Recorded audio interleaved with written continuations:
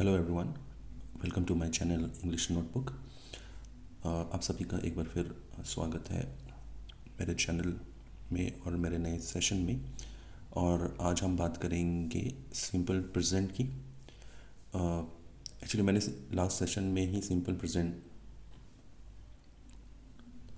के बारे में बात की थी, जहाँ पे मैंने बताया था कि सिंपल प्रेजेंट का जो स्ट्रक्चर होता है वो होता है सब्जेक्ट प्लस वी वन या वी5 प्लस प्रेडिकेट।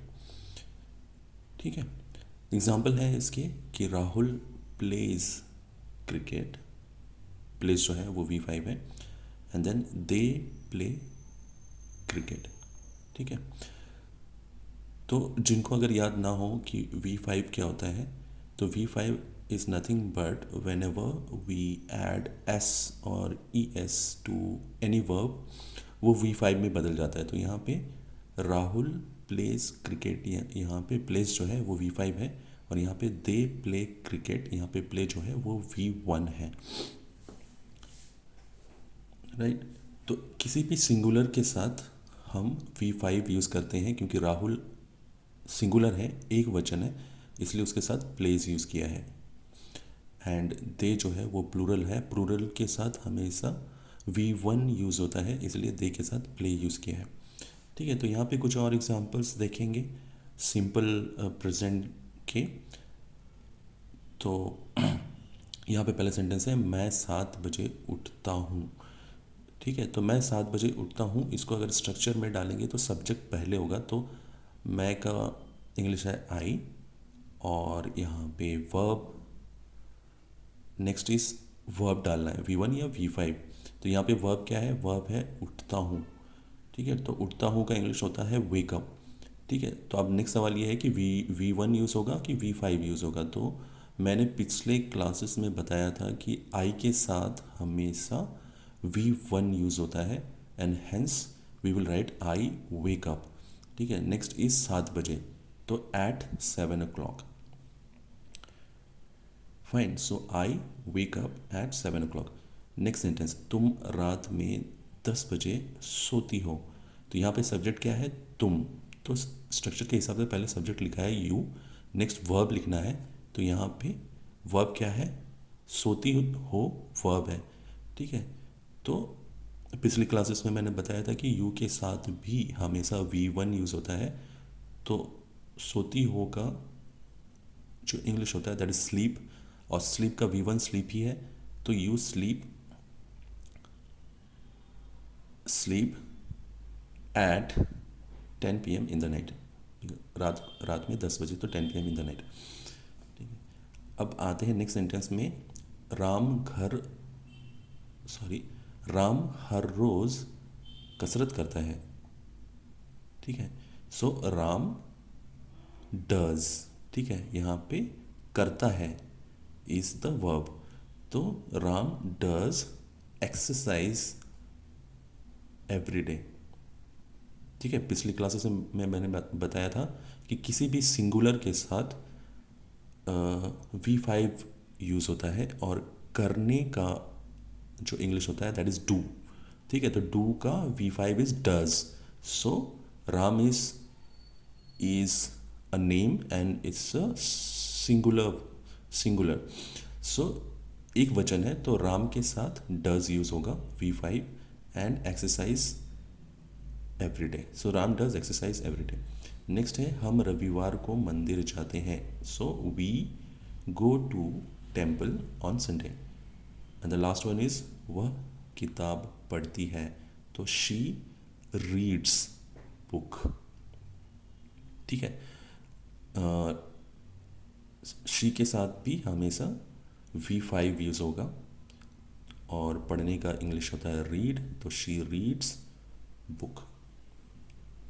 ठीक है, तो सिंपल प्रेजेंट के सेंटेंसेस जो कि हमारे रेगुलर वर्क्स जो हम करते हैं हर रोज़, वो सारे सिंपल प्रेजेंट में आते हैं, और वो हमेशा ता है, ती है, ते है, इस तरह से एंड होता है। जैसे तो यहाँ पे जितने भी सेंटेंसेस हैं, आप सभी को अगर उठा के देखें तो सब में देखिए ता है, ती है, ठीक है, ते है, ती है।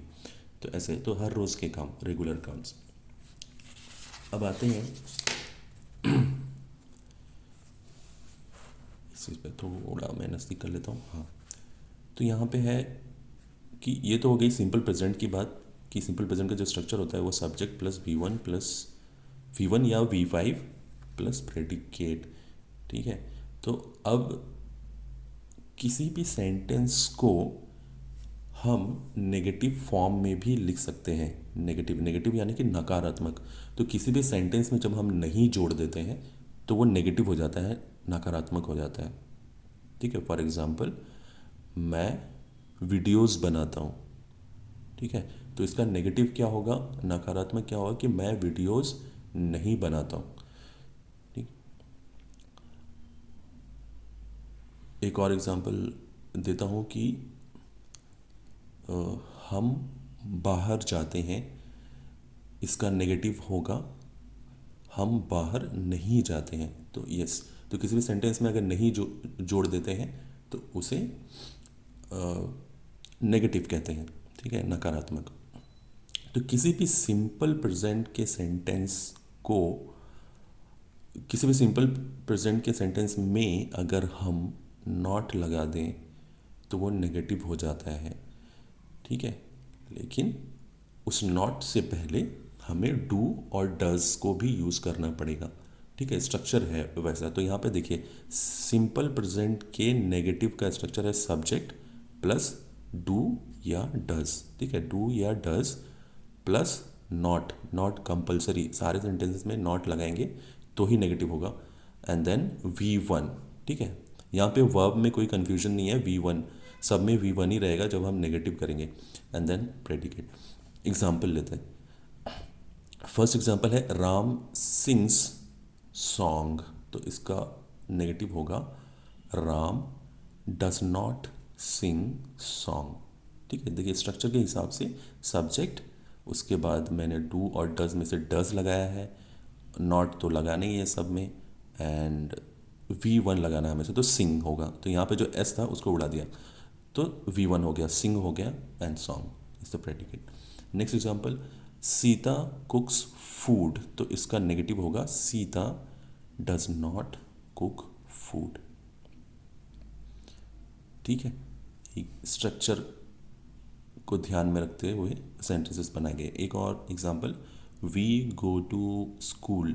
ठीक है, तो इसका नेगेटिव होगा वी डू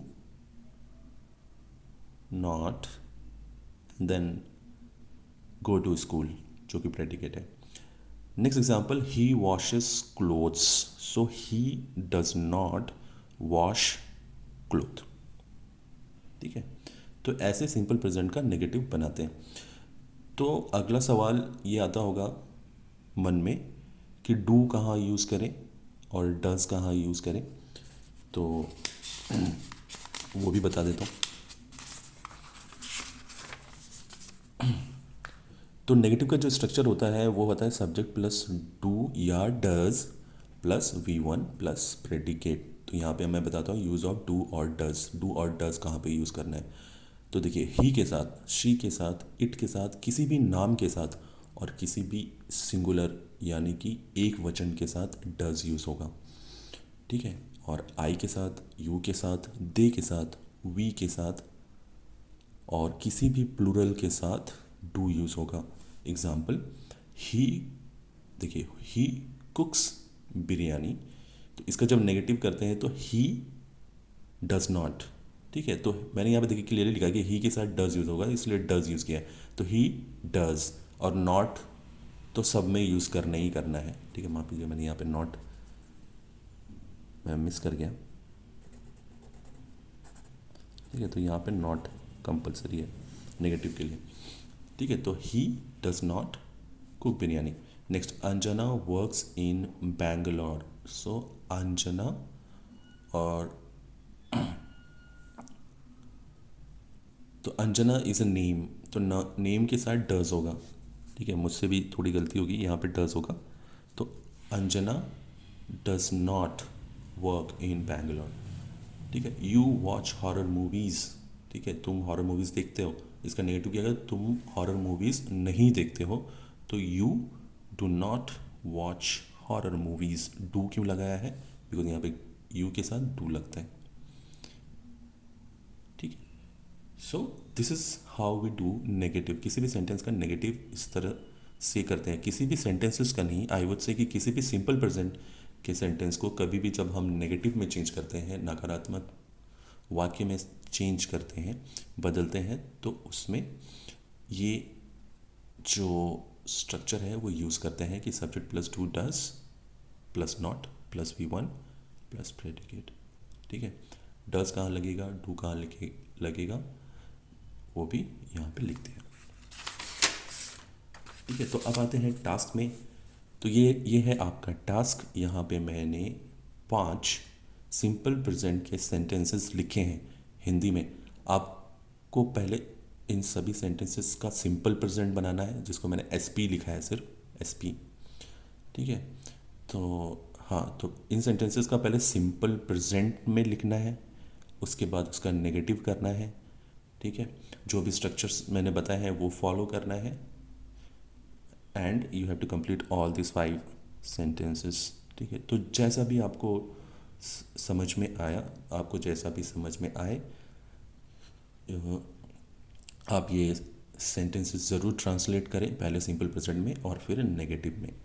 ठीक है, अगले नेक्स्ट क्लासेस में मैं इसके आंसर्स पहले लिख दूंगा, ताकि आप अपने जो टास्क है उसको इसके साथ मैच कर सकें और देख सकें कि आपने कितना करेक्ट किया है। ठीक है, तो दैट्स इट, आज के लिए सिर्फ इतना ही। मिलेंगे अब अगले क्लास में। बाय।